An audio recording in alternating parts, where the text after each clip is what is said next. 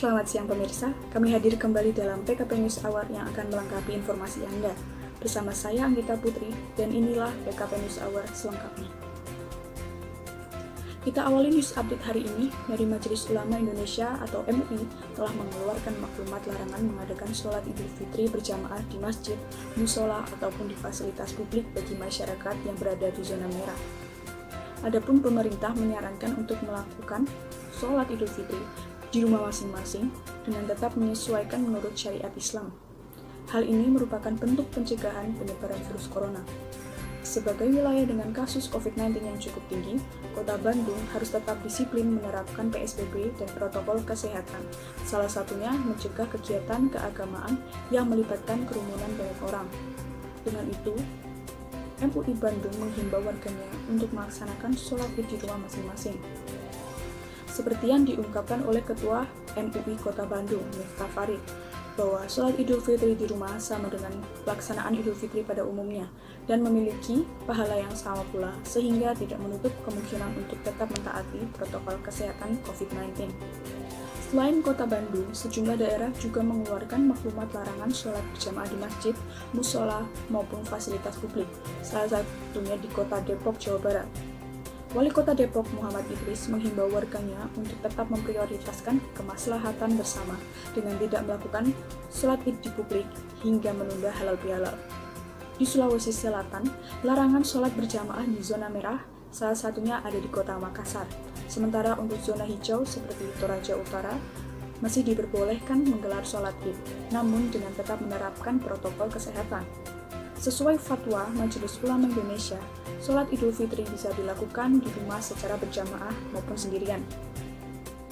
Jika dilakukan berjamaah, minimal jamaah berjumlah 4 orang, diantaranya 1 orang imam dan 3 orang makmum. Bisa juga diadakan khutbah maupun tidak ada khutbah. Sholat Id juga dilakukan sendirian dengan bacaan yang dipelankan dan tidak ada khutbah. Demikian berita yang bersumber dari seputar Ainus Siang tanggal 22 Mei 2020. Kita beralih ke berita selanjutnya. Dari Gor Satria Purwokerto, Jawa Tengah, pada tanggal 25 Mei 2020, salah seorang warga Purwokerto, Sunardi, merayakan Lebaran dengan silaturahmi bersama keluarganya, melewati barikade besi yang menjadi pembatas antara ia dan istri serta kedua anaknya. Sunardi merupakan pemudik dari Kota Bandung, di mana wilayah tersebut merupakan wilayah zona merah dengan angka positif COVID-19 yang cukup tinggi. Sesampainya, ia langsung menjalani karantina di Gor Satria selama 14 hari sebelum kembali ke rumah. Menurut Sunardi, walaupun tidak nyaman, hal ini merupakan bentuk kesadaran dan kepeduliannya atas keselamatan keluarganya serta tetangganya di rumah. Di beberapa kota, sesuai dengan anjuran pemerintah, bagi warganya yang melakukan mudik dari daerah zona merah ke daerah asal harus mengikuti protokol kesehatan, yaitu karantina selama 7 hari di tempat yang sudah disediakan oleh pemerintah, dan kemudian dilanjutkan dengan isolasi mandiri di rumah selama 14 hari. Hal ini demi memutus rantai penyebaran COVID-19 kepada keluarga yang berada di rumah serta warga sekitar.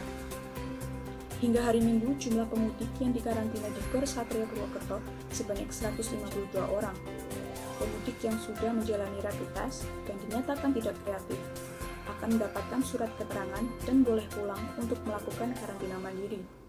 Adapun prosedur untuk diperbolehkan pulang menurut Teguh, salah satu petugas dinas kesehatan setempat, yaitu yang sudah melampaui 7 hari di karantina ini.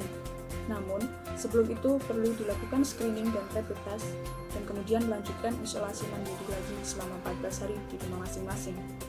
Pemerintah Kabupaten Banyumas, Jawa Tengah telah membentuk tim gugus tugas COVID-19 hingga di tingkat RT. Jika ada warga yang melakukan mudik tanpa karantina mandiri, akan dijemput paksa untuk dikarantina di sejumlah tempat yang sudah disediakan. Demikian berita dari CNN Indonesia Siang. Kita beralih ke informasi lainnya. Salah satu keluarga di Cilengsi Bogor positif COVID-19. Seorang ibu dan 2 orang anak yang telah terkonfirmasi dan segera dilarikan ke rumah sakit untuk diisolasi. Kakak beradik yang berusia 8 dan 4 tahun ini diketahui positif COVID-19 karena tertular oleh orang tuanya. Kasus ini lantas menjadi bukti bahwa anak-anak ternyata rentan terkena COVID-19. Meskipun mobilisasi mereka terbatas, namun penularan justru terjadi akibat interaksi dengan orang-orang terdekat. Data COVID-19 yang menyerang anak-anak selama ini kurang dipublis oleh pemerintah. Ikatan Dokter Anak Indonesia akhirnya menghimpun data secara mandiri. Hasilnya, hingga tanggal 18 Mei 2020, terdapat sebanyak 3.324 orang anak yang berstatus PDP COVID-19. Jumlah anak berstatus PDP yang meninggal mencapai 129 orang, sementara jumlah anak positif COVID-19 yaitu 584 orang. Sedangkan jumlah anak positif COVID-19 yang meninggal mencapai 14 orang. Menurut dokter spesialis anak Martinus Lehmann, angka kasus COVID-19 yang menyerang anak ini bisa sangat tinggi, salah satunya karena pengaruh keluarga yang masih bekerja di luar ataupun keluarga dengan beda rumah yang datang dan berinteraksi dengan sang anak. Ia lalu menegaskan untuk tidak meremehkan jika anak-anak kebal terhadap COVID-19 dan justru memiliki resiko sakit yang sama dengan orang dewasa. Ikatan Dokter Spesialis Anak juga menyayangkan skenario pemerintah yang terkesan prematur.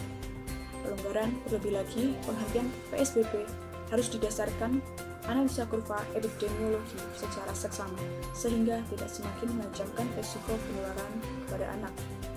Demikian berita dari CNN Indonesia News Report tanggal 27 Mei 2020 yang menjadi penutup PKP News Hour pada siang hari ini. Saya Anggita Putri, mewakili kerabat yang bertugas, mengucapkan terima kasih atas perhatian Anda. Selamat siang dan sampai jumpa.